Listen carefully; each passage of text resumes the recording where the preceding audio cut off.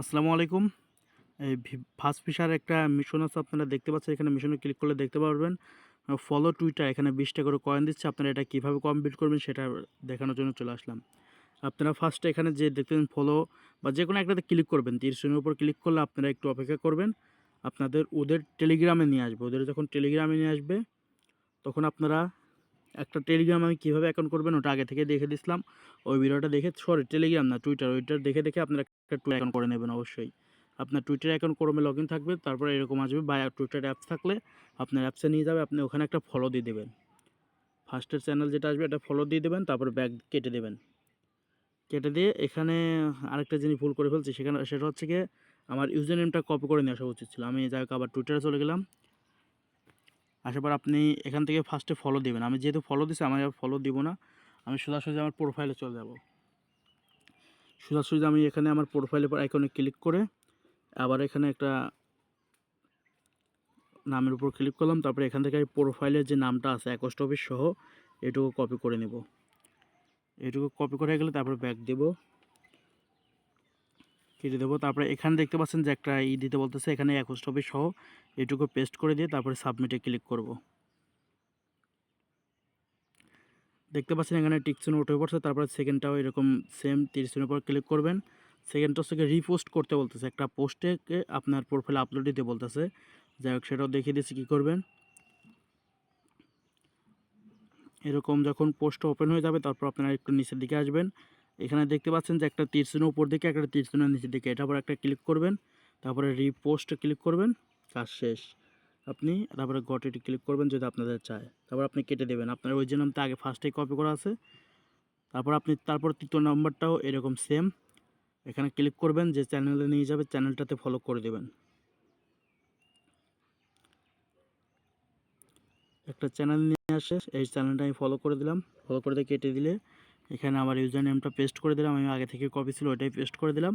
দেখতে পাবেন টিক চিহ্ন উঠে পড়ছে। তারপরে চতুর্থটাও সেমই, একটা চ্যানেল নিয়ে যাবে, সেই চ্যানেলটা করে দেবেন, ফলো করে দেবেন।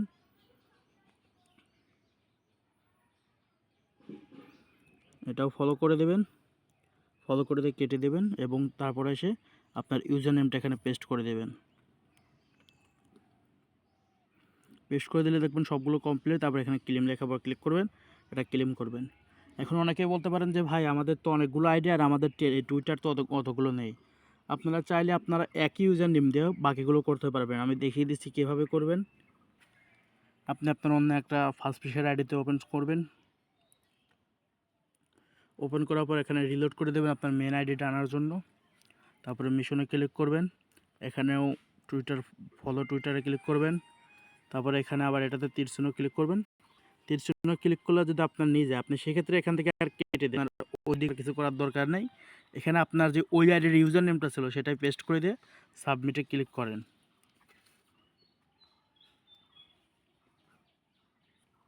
দেখতে পাচ্ছেন ওটা সাবমিট করার পর এখানে নিয়ে এনেছে। তারপর সেকেন্ডটা তো এরকম ক্লিক করবেন, ক্লিক করার দেখা যাচ্ছে কেটে দেবেন, দেখবেন টিক চিহ্ন উঠে গেছে।